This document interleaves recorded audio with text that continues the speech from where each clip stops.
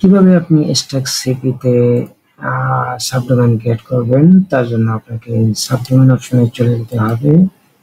Subdomain অপশনে চলে যাওয়ার পরে আপনি যেই ডোমেইনে আপনার সাবডোমেইন ক্রিয়েট করতে চান ওই ডোমেইনটি চুজ করবেন। দেন আপনি আপনার এখানে সাবডোমেইনের মূল টেক্সট দিতে হবে, যেমন আমি টেস্ট ডট example2.com নামে সাবডোমেইন ক্রিয়েট করতে চাই।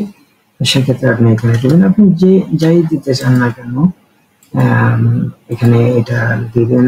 যেমন আপনি টেস্ট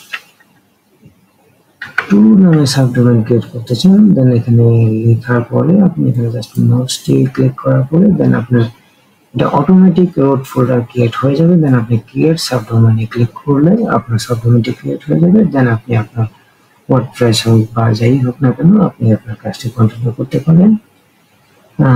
সাবডোমেইন ক্রিয়েট করার এসএসএল এর জন্য সাবডোমেইন আলাদাভাবে এসএসএল অ্যাক্টিভ করতে হবে না, সেক্ষেত্রে আপনি মেইন ডোমেইনের আন্ডারে এসএসএলটি এই সাবডোমেইনে পেয়ে যাবেন। আশা করি বুঝতে পারছেন। সমস্যা হলে আপনি আপনার হোস্টিং প্রোভাইডারের সাথে যোগাযোগ করুন। আশা করি বুঝতে পারছেন। ভালো থাকবেন। আসসালামু আলাইকুম।